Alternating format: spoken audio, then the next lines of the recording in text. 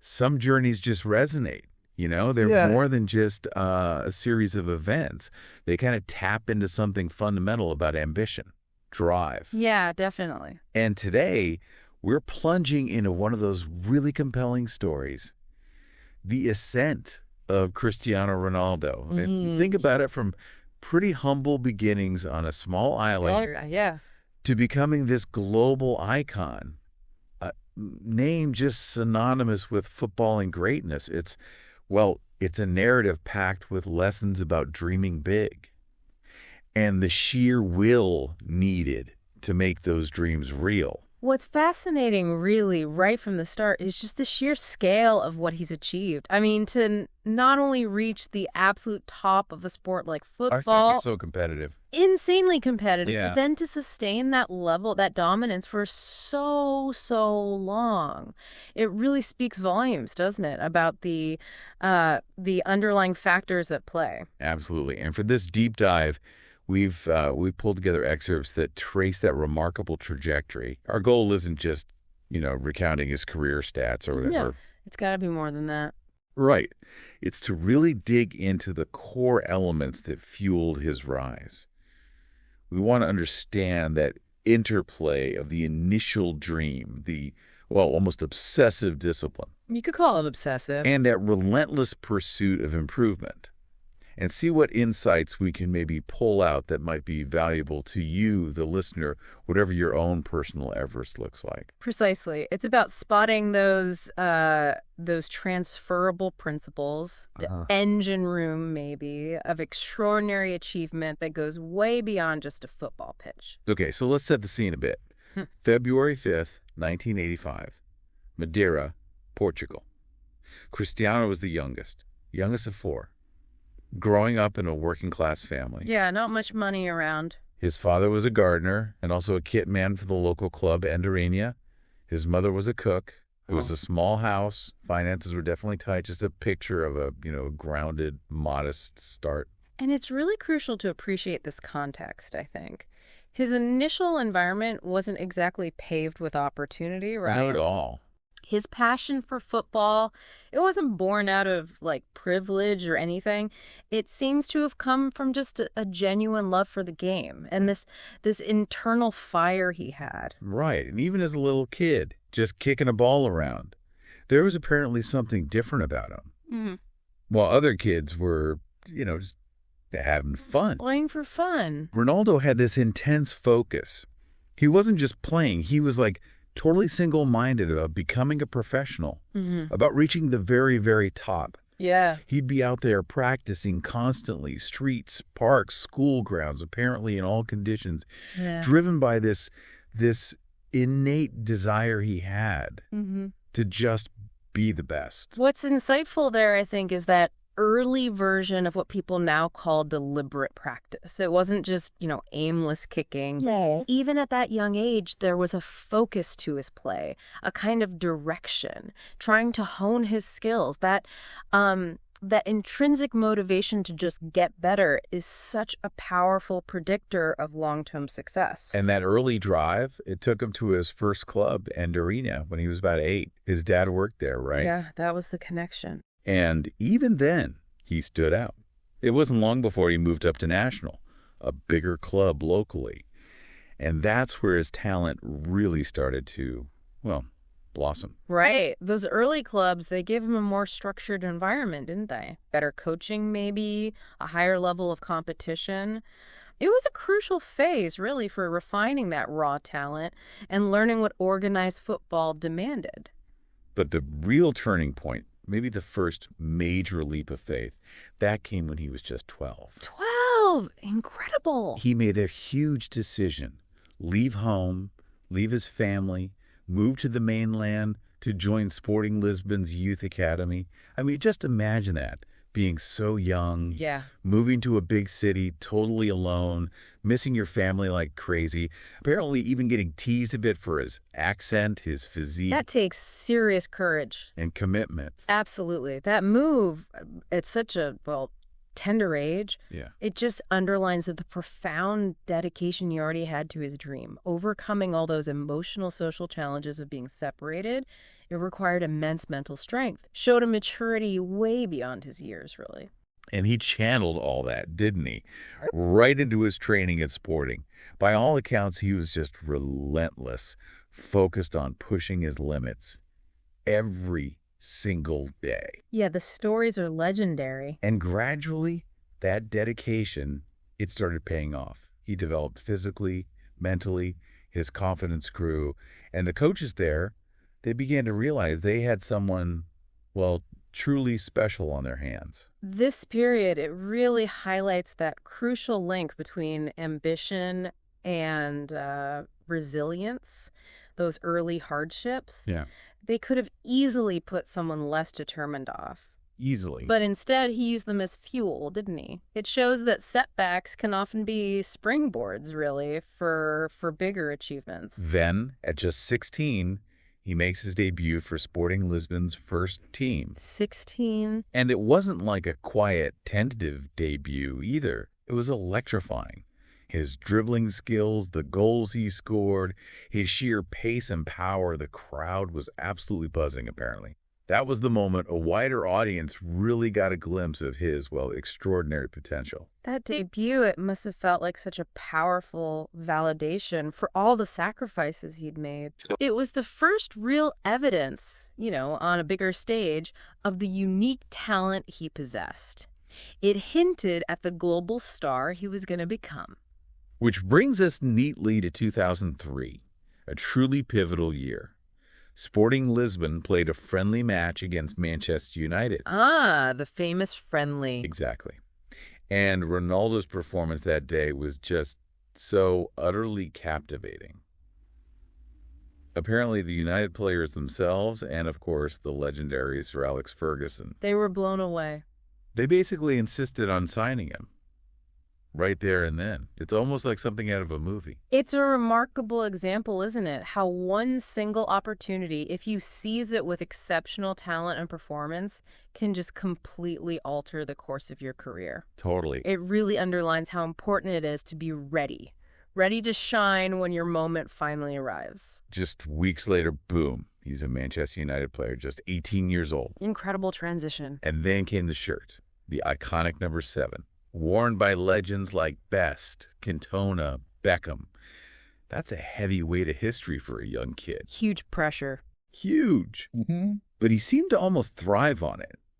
He just immersed himself in learning English, threw himself into training with that trademark intensity. Getting that number 7, it was a massive vote of confidence from the club, wasn't it? Especially for someone so young, it immediately set this incredibly high bar of expectation. Which he didn't just meet. No, he arguably smashed right through it. Yeah. Through sheer dedication, he physically transformed in England. He got stronger, faster, much more tactically aware. This period, it wasn't just about raw talent anymore. It was about forging a true superstar. But even then, this was really just the beginning, wasn't it? Exactly. That initial phase at United was absolutely foundational. It was where that raw, undeniable talent got honed, got refined into the world-class ability that would, define his whole career. And Sir Alex Ferguson's guidance Crucial. was undoubtedly instrumental during that critical stage. So, arriving at Manchester United, this young Ronaldo, he had that unmistakable confidence, didn't he? That burning ambition. Oh, yeah, you could see it. But there were whispers, weren't there? Early on. Maybe a bit too much flair, maybe not enough of a team ethic. Yeah, the show pony label got thrown around a bit, I think. Yeah. Too individualistic. Right. And his response, just train even harder, like with even greater intensity, extra sessions after training, meticulously studying the game, learning from the senior players. He was like a sponge, wasn't he? Constantly absorbing and applying. That speaks volumes about his growth mindset, instead of getting defensive about those perceived weaknesses. Which many young players would. Exactly. He proactively addressed them. It showed a real commitment to continuous self-improvement, which is just a hallmark of truly elite performers. And a figure who just looms large in this whole period is, of course, Sir Alex Ferguson. The gaffer. Their relationship became almost legendary. People talk about that father-son dynamic. Ferguson's belief in Ronaldo seemed unwavering, and his guidance, both on the pitch and importantly off it, was absolutely pivotal in shaping the player and the person. You really can't overstate the impact of a strong mentor like that. Ferguson didn't just provide tactical and technical coaching. He gave him crucial emotional support. He instilled that winning mentality, that unshakable self-belief. And in that first season, even with all the adjustments, new league, new country, new culture, he was still electrifying to watch, full of those mazy dribbles, those moments of pure brilliance. Yeah, he excited the crowd instantly. And he contributed to winning the FA Cup in 2004, his first major trophy in English football. It felt like a sign of things to come. That first trophy, it was a tangible reward, wasn't it, for his early efforts? A big milestone in his development at United. It gave him that taste of success and just fueled his hunger for more, you'd imagine. Oh, definitely. And the seasons that followed were just this constant upward curve. His strength visibly increased. His speed became genuinely terrifying for defenders. Unstoppable at times. Yeah. His accuracy, whether it was those, dipping, swerving free kicks or those powerful headers or just those unstoppable runs to the box, it all improved dramatically. And crucially, the goals started to flow with increasing regularity, many of them just spectacular, unforgettable goals. It wasn't just about developing individual skills in isolation, though. It was about how he seamlessly integrated them into becoming this potent attacking force. He was constantly adding layers to his game, wasn't he? Becoming a more complete, more multifaceted threat. Then came that absolutely incredible 2007-2008 season. Yeah. I mean, staggering. 42 goals. 42. Unbelievable number. Lifting the Premier League trophy, and then that incredibly dramatic UEFA Champions League final in Moscow. Against Chelsea, yeah. The rain penalty shootout, his miss, then the win, his visible emotion afterwards. That season truly cemented his status as one of the absolute global elite. That season felt like the culmination, didn't it, of years of relentless dedication and refinement. To hit that kind of goal tally while leading your team to victory in two massive competitions, that's the mark of a truly exceptional player operating right at the peak of his powers. And the ultimate individual recognition followed, didn't it? Later that same year, he was crowned FIFA World Player of the Year, officially, undeniably, the best player on the planet. That award was such a powerful validation of his entire journey, wasn't it? From that skinny kid kicking a ball around in Madeira to being the undisputed best footballer in the world. It was the realization of that childhood dream writ large. But with that global fame came just an intense level of scrutiny, right? Oh, relentless. Every single move analyzed, constant media attention, criticism. But he didn't seem to shrink under that pressure. In fact, it seemed like he almost used it as fuel, as motivation to keep pushing himself even harder. That mental resilience, that ability to not just withstand, but actually thrive under intense pressure, it's a defining characteristic of all top-level athletes, isn't it? It speaks to an inner steel, an unwavering focus. And his growth wasn't just confined to the pitch either. He really dedicated himself to learning English, became a huge pillar of support for his family back home. Always seemed very family-oriented. And he started to give back more to the community, buying his mother a house, helping his siblings. He was evolving into a genuine role model in many ways, beyond just football. It shows a strong sense of responsibility, doesn't it? And a real awareness of his roots. Despite his incredible success, he used his platform, his resources, to lift up those around him, which is, well, a testament to his character. By 2009, the trophy cabinet at Manchester United was absolutely overflowing. 3 Premier League titles, that Champions League trophy, a host of individual awards. He'd pretty much conquered English football. And you got the sense he was ready for a new challenge, a new peak to climb. He'd reached a stage where he'd achieved, well, virtually everything possible at United. And for someone with his kind of relentless ambition, Always wanting more. seeking a fresh challenge, different league, different club, it felt like a logical next step. And that new challenge arrived in the imposing form of Real Madrid, a world record transfer fee at the time, a move to arguably the most iconic, most famous club in the world. The sheer magnitude of that deal, it just signaled the beginning of another extraordinary chapter in his already remarkable story. That transfer was a landmark moment in football history, wasn't it? Underscoring his status as one of the most valuable, most influential players on the planet. It really set the stage for an era of just unprecedented success in Spanish football. He left Manchester United a hero, having transformed from that gifted, raw teenager into a global phenomenon. And as he himself put it once, "I'm not a perfectionist, but I like to feel that things are done well." That really sums up that relentless drive for excellence, doesn't it? That propelled him to such incredible heights in England.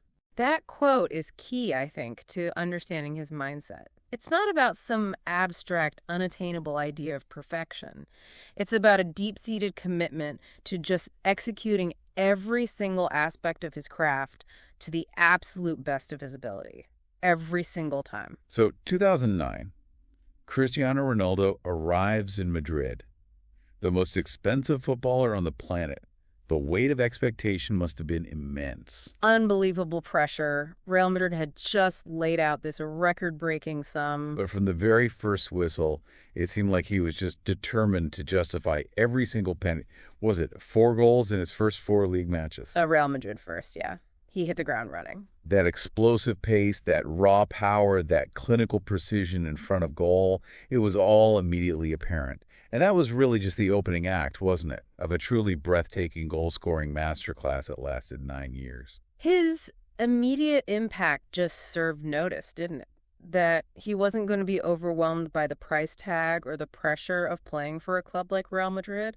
He arrived ready to perform, and those early goals were just a clear statement of intent. I'm here. Goal machine almost feels like an understatement for his time at Real Madrid. It really does. He scored in every conceivable way. Breathtaking long-range strikes, towering headers, those intricate dribbles finished with just ice-cool composure. And the sheer volume. What was the final tally? 450 goals in 438 appearances. Just mind-boggling numbers. More than a goal a game over 9 seasons. That's not just prolific, it's almost statistically improbable. It's absurd. Those numbers are truly staggering. They represent a sustained level of goal-scoring consistency that's, well, rarely been witnessed in the history of the game. And it wasn't just the quantity, was it? The quality and the variety of those goals were equally remarkable. And of course, playing for Real Madrid meant the inevitable, the iconic rivalry with Barcelona, El Clásico. The biggest club game in the world. And that constant, intense head-to-head with Lionel Messi.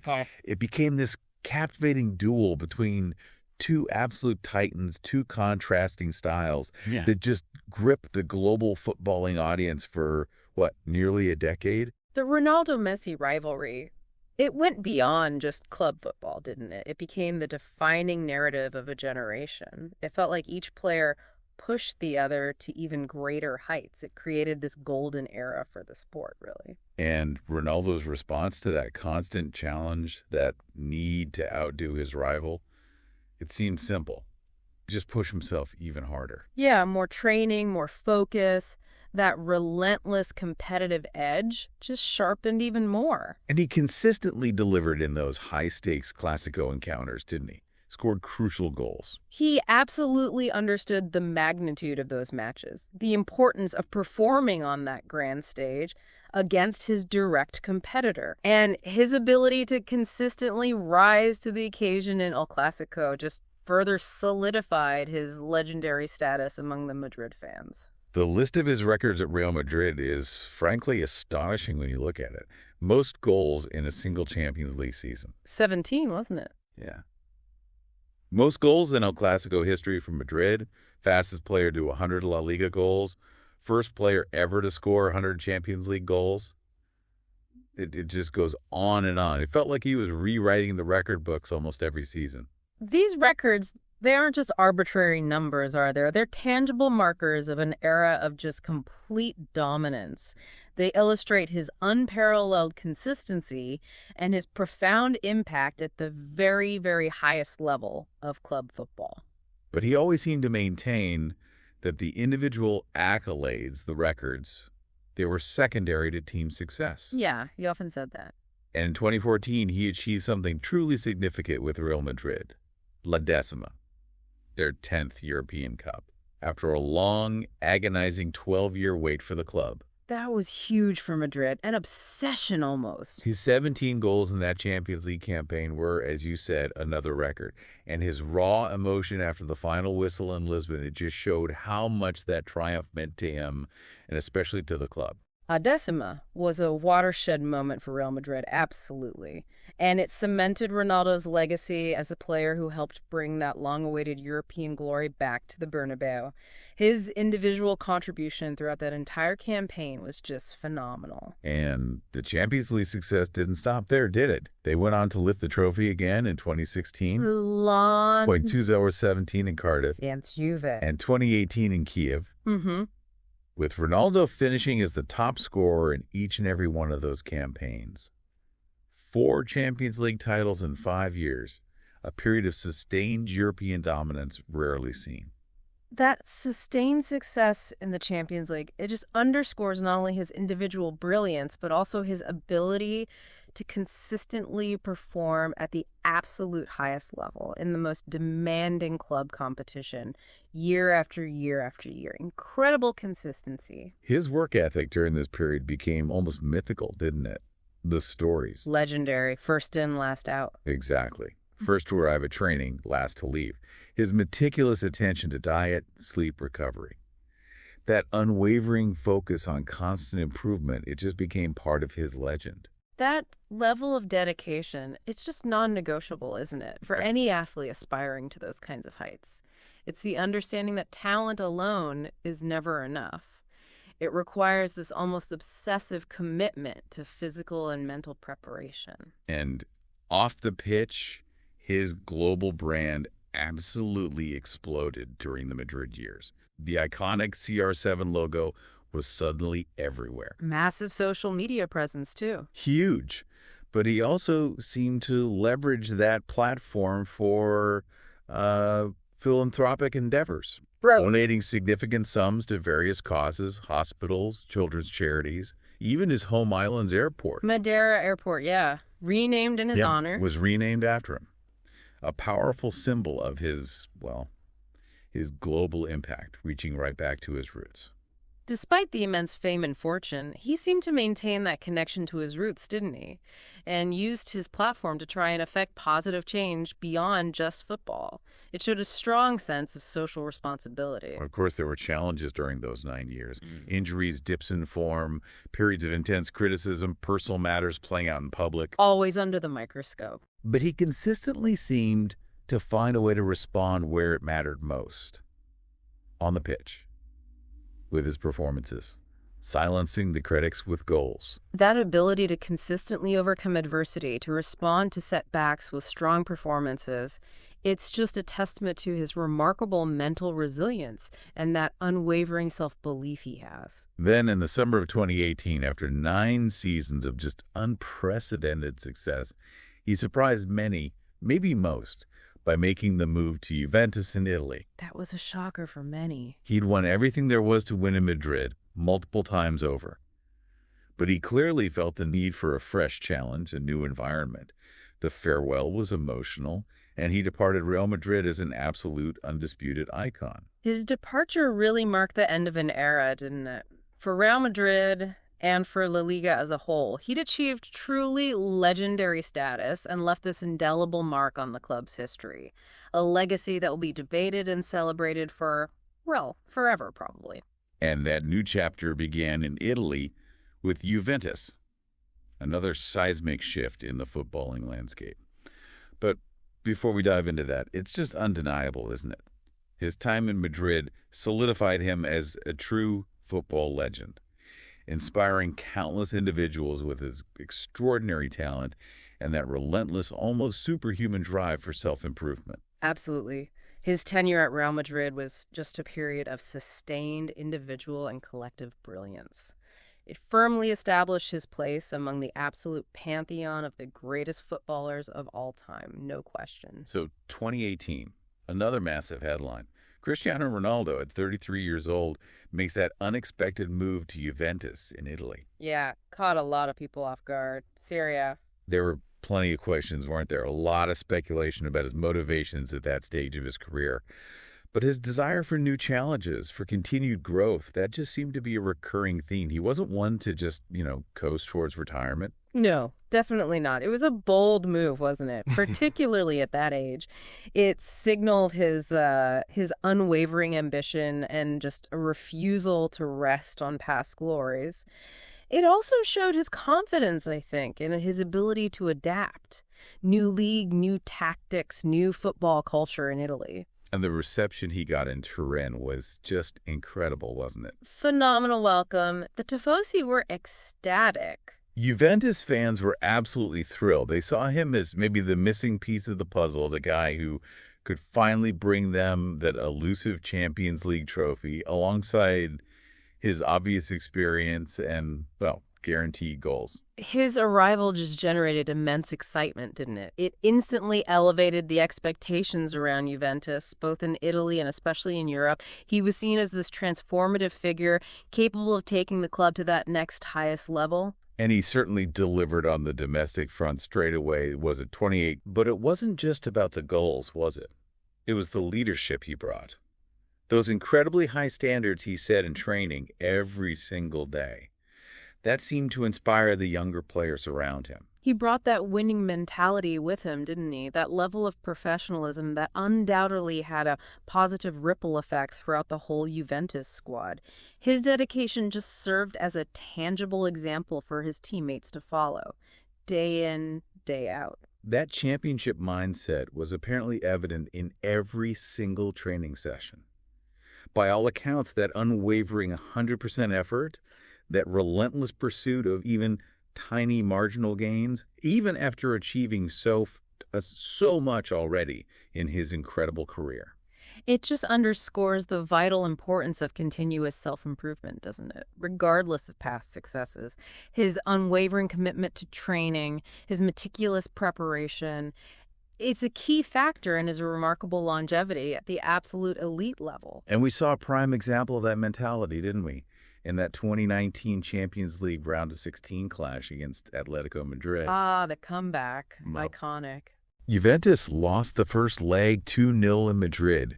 Looked like they were facing elimination. But Ronaldo, fueled by this almost superhuman belief and an absolutely stunning hat-trick in the return leg in Turin. Incredible performance. He single-handedly dragged them through. That's the mark of a true champion, isn't it? That ability to just rise to the occasion when the stakes are absolutely highest. That performance was truly iconic, a testament to his clutch ability, his mental fortitude under immense pressure. It showcased his unwavering determination to overcome adversity and his capacity to just single-handedly influence the outcome of a crucial match like that. He continued to dominate in Italy, breaking records along the way, naturally, became the fastest Juventus player ever to reach 100 goals. Cut scoring. Won the Serie A Golden Boot, the Capocannoniere, and, incredibly, became the first player in history to be the top scorer in the top leagues of England, Spain, and Italy. That's a unique achievement, isn't it? Truly remarkable. It really highlights his extraordinary adaptability, doesn't it? And sustained excellence across three of Europe's most prestigious, most competitive leagues, each with its own distinct tactical styles and challenges. Absolutely. Very different leagues, very different demands. And away from the pitch, during his time in Italy, his philanthropic work continued, and his role as a father seemed to become even more central. You got the sense that family was becoming an even more important anchor in his life, and he was actively involved in trying to instill those same core values, hard work, dedication in his kids. It paints a picture of a well-rounded individual, doesn't it? With a strong sense of personal values that extend far beyond his professional accomplishments. His commitment to his family seems to provide that crucial sense of balance and perspective in his, incredibly high-pressure life. As the inevitable focus began to shift towards his age 34, 35, 36, he's just consistently defied those expectations, didn't he? Fueled by that legendary discipline, training, diet, sleep regimen. Whole package. That quote of his really resonates here. Your love makes me strong. Your hate makes me unstoppable. It speaks volumes about his mental fortitude, his resilience. That quote perfectly encapsulates his ability, doesn't it? To channel both positive and negative attention into just unwavering motivation. It speaks to a powerful inner drive and a remarkable resilience against all those external pressures and doubts. His trophy cabinet with Juventus grew. 2 Serie A titles, a Coppa Italia, 2 Italian Super Cups, and the Serie A MVP award. Another successful chapter, by any measure, in an already legendary career. Yeah, while perhaps that coveted Champions League title with Juventus remained elusive. The main goal, maybe. His individual and team successes in Italy further solidified his reputation as just a serial winner. In diverse footballing environments, he proved he could do it anywhere. And the key takeaway from his time in Italy really seems to be that age truly is just a number. When you possess that level of dedication, that unwavering mindset, and that commitment to continuous evolution as a player. His time in Italy served as a powerful demonstration, didn't it? That experience and footballing intelligence can effectively compensate for any perceived slight decline in raw physical attributes. It allowed him to continue performing at an elite level well into his mid-30s. We saw him subtly adapt his game, didn't we? Or perhaps relying a little less on sheer blistering pace down the wing. Yeah, less of the flying winger. And more on that incredible footballing intelligence. His impeccable timing in the box, those predatory instincts right in front of goal. He was constantly finding new ways to be effective, to score goals. That adaptability is just crucial for longevity in any sport, isn't it? The ability to evolve your playing style to maximize your existing strengths and maybe mitigate any emerging weaknesses, that's a hallmark of true, enduring greatness. Then, in the summer of 2021, came another dramatic twist. He leaves Juventus after 3 successful seasons and makes that highly emotional, highly publicized return to Manchester United. That really felt like a story coming full circle, didn't it? It absolutely did. A prodigal son returning home. Huge fanfare. His return to Manchester United was a deeply nostalgic and highly anticipated event. For the fans, and probably for Ronaldo himself too, it represented a homecoming and the potential, everyone hoped, for a memorable final chapter in his Premier League career. The buzz surrounding his return to Manchester United after 12 long years was just absolutely electric. Off the charts. Yeah, the excitement was palpable. He was looking coming back as that raw, exciting teenager this time. He was returning as a 5-time Ballon d'Or winner, a global icon. The fan reaction, the record-breaking shirt sales, it was a genuine frenzy. The sheer level of excitement around his return just underscored his enduring popularity, didn't it? And the deep connection he so clearly had with the club and its massive global fan base. It felt like a reunion that had been years, maybe decades in the making. And that second debut, back in the famous red shirt at Old Trafford, it was something truly special, wasn't it? Magical atmosphere. 2 goals in his first game back, securing a winning result. It felt like the old magic was still undeniably there. For a moment, anyway. That immediate impact upon his return, it provided a significant nostalgic lift for the whole club, didn't it? And it offered an early indication that he could still perform at a high level in the incredibly demanding environment of the Premier League, even at his age. Yeah. The Manchester United he returned to in 2021 was a very, very different club from the one he had left back in 2009. Worlds apart, in many ways. Different ownership, Multiple different managers had come and gone, a largely different playing squad, and the team was really struggling for consistency, wasn't it? Despite those high expectations that his return generated. The club had undergone just significant structural and personnel changes in those intervening 12 years. And the team dynamic, the overall performance levels, they just weren't the same as during his incredibly successful first spell at Old Trafford. Individually, though, he still delivered, didn't he? Statistically. Yeah. Finished as the club's top scorer at the age of 37. Yeah, the goals were still there. Proving that his incredible physical conditioning and his knack for scoring crucial goals were still very much intact. Yeah. He hadn't lost that instinct. His individual goal-scoring record upon his return was a clear demonstration of his continued ability to find the back of the net. Yeah, even within a team that was clearly not consistently performing at its peak. But the underlying issues within the team became increasingly apparent as the season went on. And you could almost sense Ronaldo's growing frustration, couldn't you? With the lack of collective success, the lack of trophies, and given the incredibly high standards he holds himself and his teams, too. It became pretty evident that his individual brilliance could only carry the team so far. And the lack of overall progress, the lack of silverware, that was clearly a source of understandable frustration for a player of his intensely competitive nature. Winning is everything to him. And that frustration ultimately just boiled over, didn't it? In that now infamous public interview. The Piers Morgan interview, yeah. Where he voiced some really quite strong criticisms about the club's leadership, the training facilities, even the commitment levels of some of the younger players. It was undeniably a controversial moment. Explosive, even. That interview marked a significant turning point, didn't it? Publicly airing his grievances like that. It highlighted a growing chasm between the players' expectations, perhaps unrealistic expectations, and the realities of the club's situation at that time. And the aftermath was swift and decisive. His contract was mutually terminated shortly after. A rather emotional and very, very public parting of ways, with opinions among fans and pundits sharply divided on who was right, who was wrong. His departure under those circumstances brought a somewhat abrupt and certainly debated end to his second spell at the club.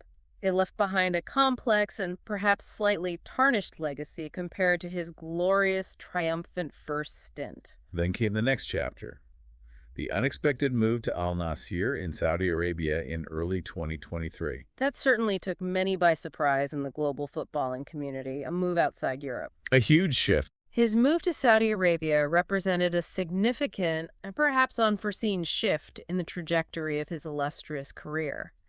It prompted considerable discussion, didn't it, about his motivations and the broader implications for the global game, the rise of the Saudi League. But looking at it from Ronaldo's perspective, or how he framed it anyway, it seemed to be about embracing a new challenge, about contributing to the growth of football in a region with this burgeoning passion for the sport, and taking on the role of a true pioneer, almost. He appeared to view it as an opportunity, didn't he, to not only continue playing at a high level, but also to play a key role in elevating the profile and the standards of football in the Middle East, being a trailblazer. And he became more than just a player for Al Nassr, didn't he? He became a genuine ambassador for football in the Middle East. You saw it immediately. Stadium attendances soared, television viewership spiked globally for the Saudi League. The Ronaldo effect was undeniably real. His presence undoubtedly brought unprecedented levels of attention and interest to the Saudi Pro League and the wider footballing landscape in the region, attracting new fans, new investment. Other big players followed. While some critics, perhaps predictably, viewed it as a step down, maybe an easy road into retirement in a less competitive environment. Yeah, the semi-retirement narrative. Ronaldo himself framed it as just another challenge, another opportunity to lead, to inspire, and to promote football culture in a new and developing market. His perspective seemed to emphasize a continued competitive drive and a desire to make a meaningful contribution.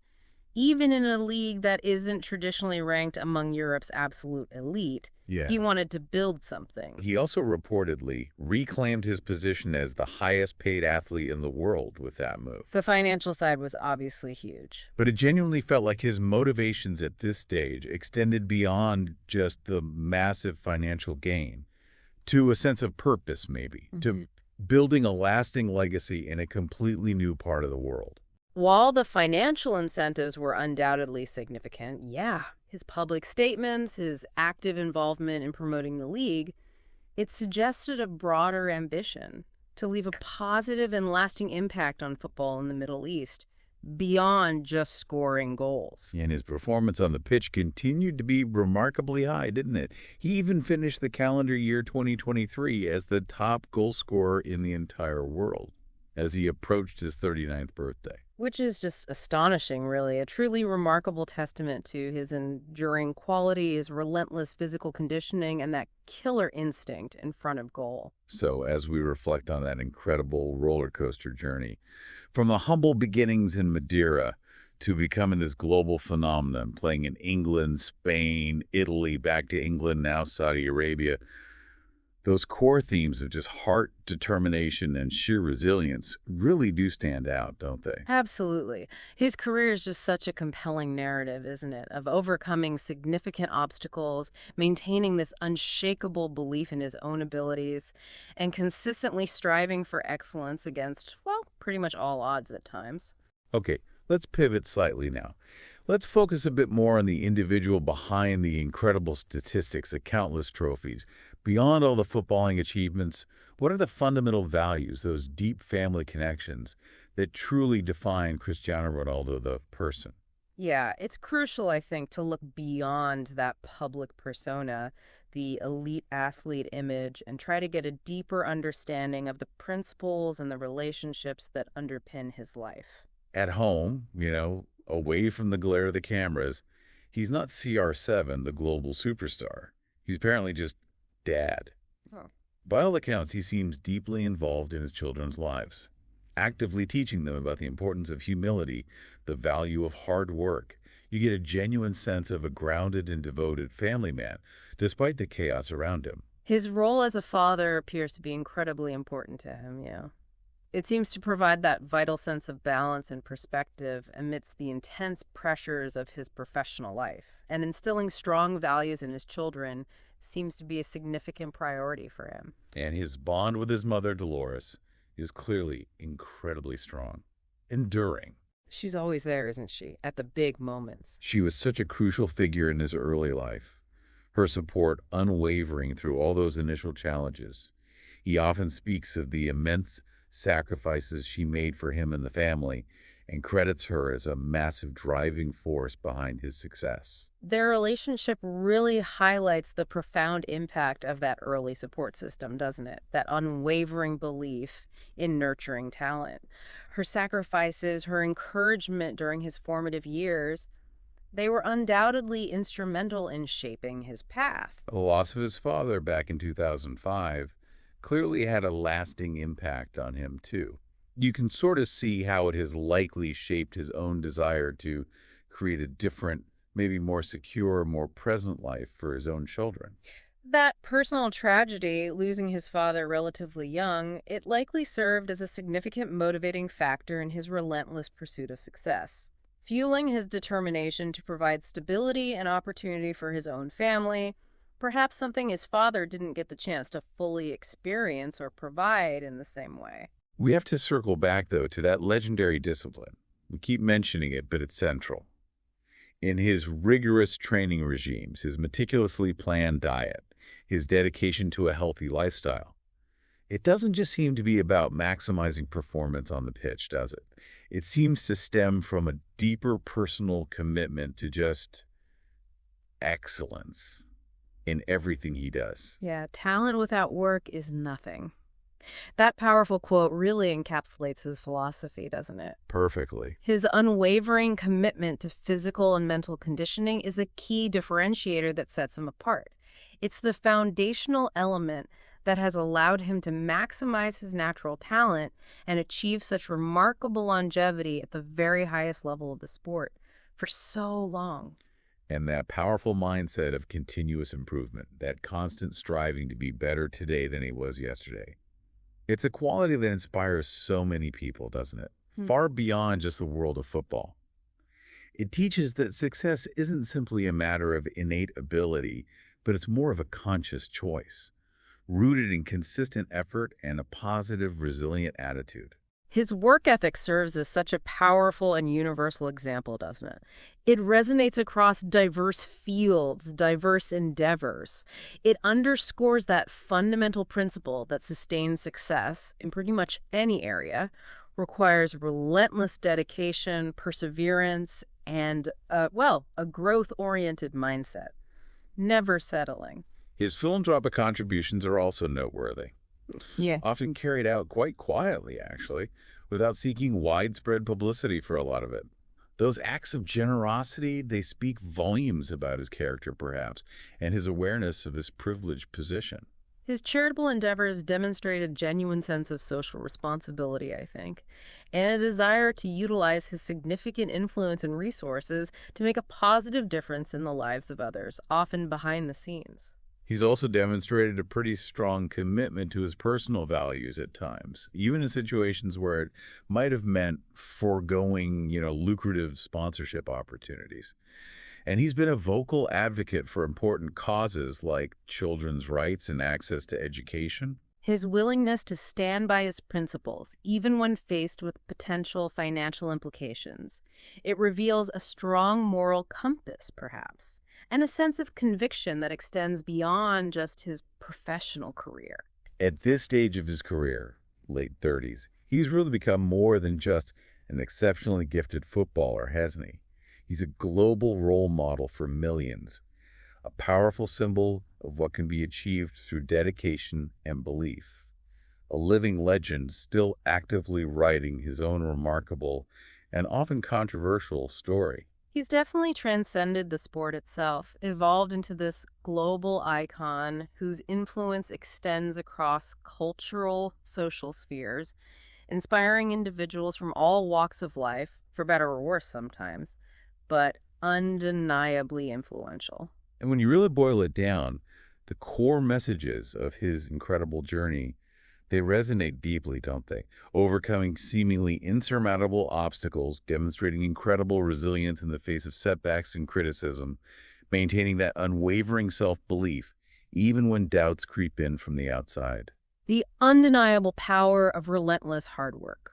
And maybe the importance, sometimes overlooked, of using your success to show kindness and generosity along the way. His journey embodies a powerful and universally applicable narrative, doesn't it? Of aspiration, perseverance, and the remarkable potential of individuals to shape their own destinies through unwavering dedication and that sheer force of self-belief. Ultimately, his legacy stretches far beyond the endless record books and the trophy halls. It's about the indomitable spirit he brings to the game, that relentless drive, that burning passion that still seems to fuel him even now, heading towards 40. His impact extends beyond mere statistics and trophies, yeah. It's about the profound inspiration he provides to countless individuals and the incredibly high standards he consistently sets for himself and expects from those around him.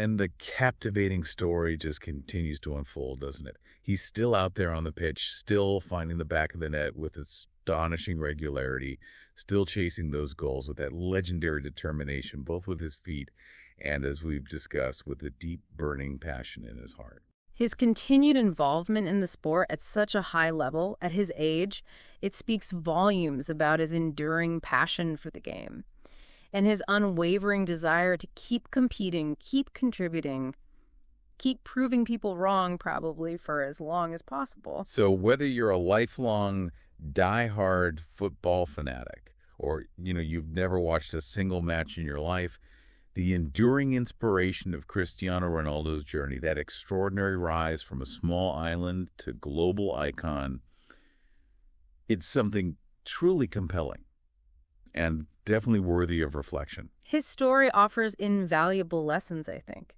Lessons that can be applied by anyone striving to achieve ambitious goals, irrespective of their chosen field or area of endeavor. That drive is universal.